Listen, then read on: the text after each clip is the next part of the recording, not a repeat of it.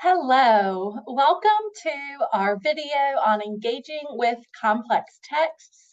Today, we are going to explore a second strategy for how to help scaffold students into reading complex grade level texts. If I haven't had the chance to meet you yet, my name is Mariah Morris, and I'm our Director of Literacy for Orange County Schools.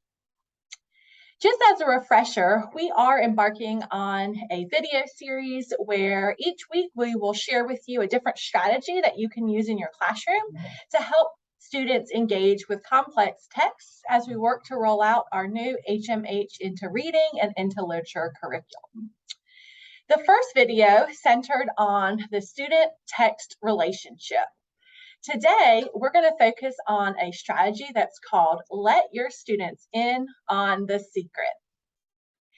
In case you missed last week's video, you can scan this QR code and it will take you to the video. During this video, we explored how important it is for teachers to pre-read the texts that they present to their class with an eye on looking at 4 different components of the text, such as background knowledge or vocabulary or text structure, to identify what parts of that text is going to be specifically challenging for those students in their classrooms. With that in mind, they can provide scaffolds to help their students achieve success.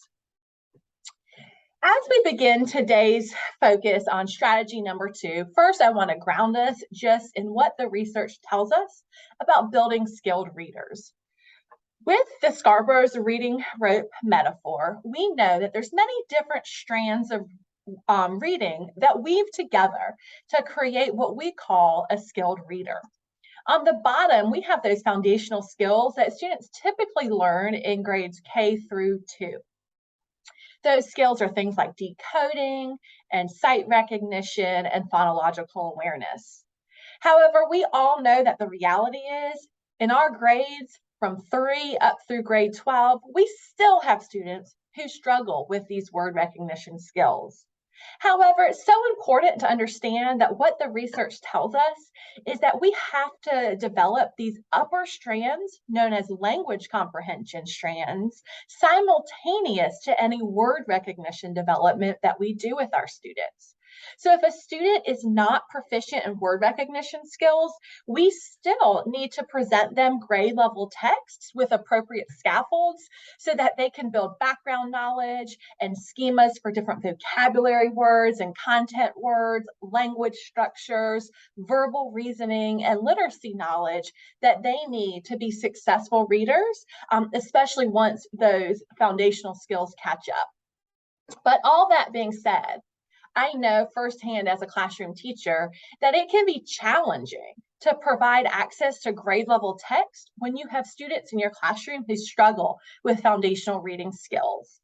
That's the purpose of this video series. It's to really focus in with a laser view on how we can provide different scaffolds and differentiation to provide rigorous grade level texts to our students who might struggle with reading those texts fluently or with their foundational skill level. So today's strategy number 2, let your students in on the secret. It is so important that when we frame our learning for our students in each lesson, we explicitly tell students when they are going to encounter a challenging text. I believe that it's important for students to be exposed to all different texts within their academic setting. Sometimes during intervention blocks, they're going to be getting texts that are for their grade level. For their reading level. And that means that we might go down in reading level to best meet the needs of those students. However, during core content, it is so important that we provide grade level texts. Now, it's important that we let our students in on the secret. This is going to be challenging. This is a grade level text. For some of you, it might push you a little bit harder than you're used to experiencing with reading, but that's okay because I'm going to provide scaffolds for you as your teacher to help you achieve success. So the first part of letting your students in on the secret is telling them explicitly, today you're going to be reading a complex grade level text. The second part of it is telling your students what about the text is going to be challenging. Break it down for them. Demystify why they might find parts of it difficult. Maybe it's the vocabulary words that they're going to read. Maybe it's the background knowledge that they've never been exposed to before. Or maybe it's the story structure. Maybe it doesn't follow a chronological order, but we start in a flashback and then we jump forward to chronological order before we cycle back to a different flashback. Be clear with them about what part of this text might pose a challenge. Then explain your strategy that you're going to do as a classroom teacher to help your students with this difficult part of the text. For example, if it's the story structure, then maybe you tell the students today you're going to read a grade level complex text. Something that's difficult about this text is that the narrator moves through a series of flashbacks, as well as jumping forward to chronological order. And it can be difficult to understand what happens when in her narrative. So the strategy I'm going to share with you today is using a graphic organizer in the form of a timeline so that we can chart what's happening in the narrator's life as it occurs in the story. Being clear about the strategy you use with the students will help them understand why they're having to do different work that you provide to them. The fourth part of letting your students in on the secret is normalizing having to break down larger goals into smaller chunks or increments to achieve success.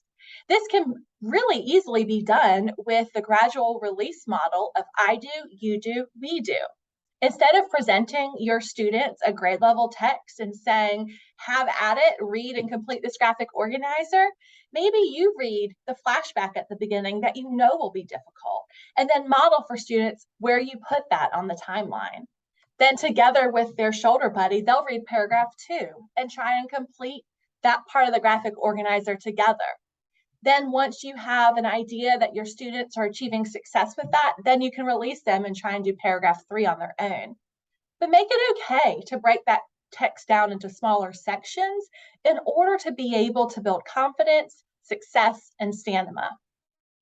One thing that I always liked to do when I was a classroom teacher was to create an analogy or a metaphor to something in the real world where I had to do the same strategy of breaking things down into smaller goals and pushing myself when things were difficult. And I like to share that with my students throughout the year to help them understand that they're building their brain muscle in much the same ways that they're going to be pushed in all different areas of their life. The time that I like to share with my students is the time I trained for a half marathon.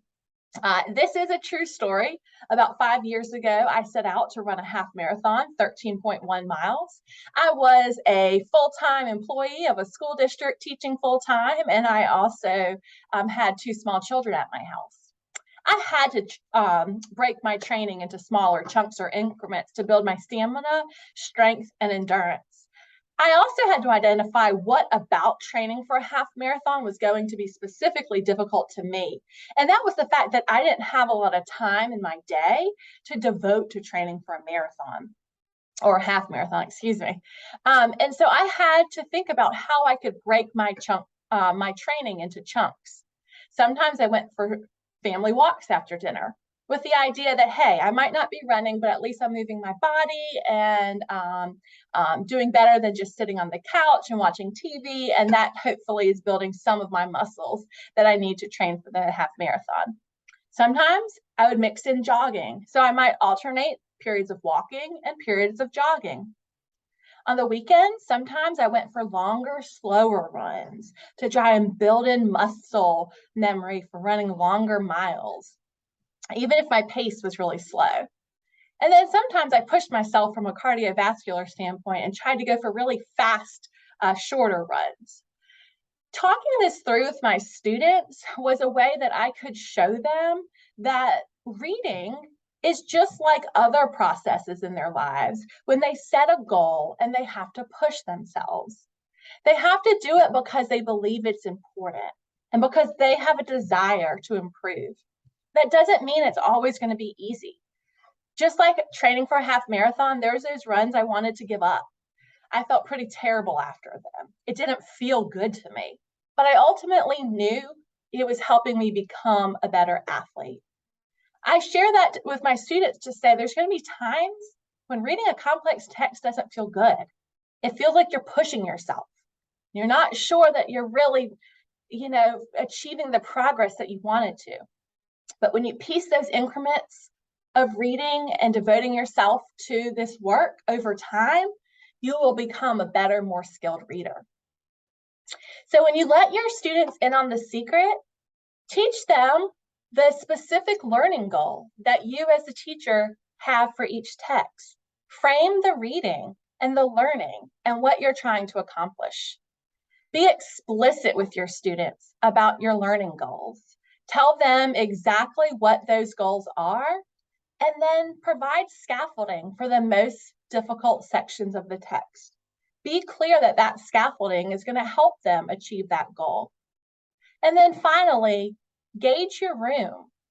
Have a pulse on the culture and climate of the classroom. If you feel like frustration levels get too high, don't be afraid to pause and have honest conversations with your students. Tell them you notice that they're not focusing as much as they have in the past. Ask them, are they unclear about why you're having them practice this goal? Or are they just bored? They don't like the topic? Or is it too challenging? Is the scaffolding not enough? Break it down for them and let them know that you hear them and you see them, and then be responsive to what they say. Even if you have the best lesson plan, but you notice that it's just going downhill quickly and students aren't engaged, don't be afraid to hit the pause and reset and rethink about the lesson from another angle another day. The important thing is that you're trying and that your students are trying, and that sometimes it's going to come easier than others, but your students need that trust with you, that you're responsive to who they are and to their emotional needs while they're reading as well. One of the reasons why letting your students in on the secret is so important is because it builds what we call self-efficacy. Self-efficacy is the student's belief about his or her own ability to successfully complete a task. Research has showed us that self-efficacy is important when we're looking at student outcomes and achievement. Hattie did research in 2018 to update a list of 252 influences on student learning. Out of this list of 252 influences, you'll see things like cognitive task analysis, or the jigsaw method, or scaffolding, or group work, or deliberate practice, or being able to plan and predict. All different things that we do as classroom teachers to impact our student learning and growth. Out of 252 influences, self-efficacy ranks number 11 as having one of the largest impacts on student growth and achievement. This is combined when we look at Marzano's research. Hattie and Marzano both agree that self-efficacy has a substantial impact on subsequent achievement. Students who believe they would master fractions in their studies were more likely to do so. Likewise, students who saw themselves as poor readers were less likely to improve their reading. When we let students in on our secret, we're helping demystify the process of reading a little bit. It's not saying you're a good reader or a bad reader. You're a grade level reader or you read below grade level. It's saying, what parts of reading are you good at? Going back to Scarborough's reading rope, maybe you are really great on background knowledge, even though your foundational skills aren't well. It's building in that knowledge to our students that they aren't all good or all bad as readers, but rather that they can achieve success, especially with your scaffolding. Marzano's research showed that you can actually help build student efficacy through praise and expressing your own belief that your students are going to do well. With this, praise must be genuine, only given when students have made real, actual improvement, and also refer to specific accomplishments related to the task. So I want to take a minute to talk about praise. One recommendation is to set goals for bite-sized chunks of the text. When you give students a 4 or 5 page passage and tell them to read that and answer the questions, it's going to be really hard to build in moments of praise for some of the smaller hurdles that the student might jump over. Instead, when you do something like a gradual release model, I do, we do, you do, and you're at the we do, students are partner reading and then completing a graphic organizer, circulate the room. Check their work right then and there as they're completing it. Give them a check if they get it correct right there on their paper or in their workbook. Again, when you do the release and students are doing it on their own, do the same thing. Circle through the room, offer immediate checks for students who are able to meet those goals. Build in this immediate feedback and praise model. It also helps because you don't have to take stuff home at the end of the day and grade it and enter it into PowerSchool. It's right then or there, praise and feedback. Another thing to think about is how you can improve providing immediate praise and feedback for students who are meeting goals right then beyond just the I do, we do, you do model. A few years ago, I attended a conference and the speaker talked about how our students are changing and how their brains are changing because of gaming culture. He essentially was arguing that our students are gamers, and in video games, students don't reach success or not. It's not this black and white concept of either you pass or you fail, you get an A or you get an F, but rather they have smaller incremental goals that they're constantly doing throughout the video game. And if they don't get it right, they try again and redo it.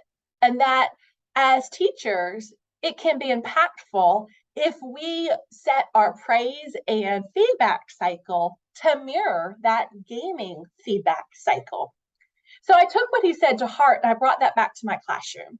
And I just started experimenting. While my students were doing work, usually throughout that I do, we do, you do model of whole group instruction with grade level texts, I would walk around and I would do what I told you, give them immediate checks. When they were at my small group table, they would each have a sticky note and I would give them a check if they got the question right. Those checks went nowhere. It's not like they went into a grade book. I didn't keep up with them.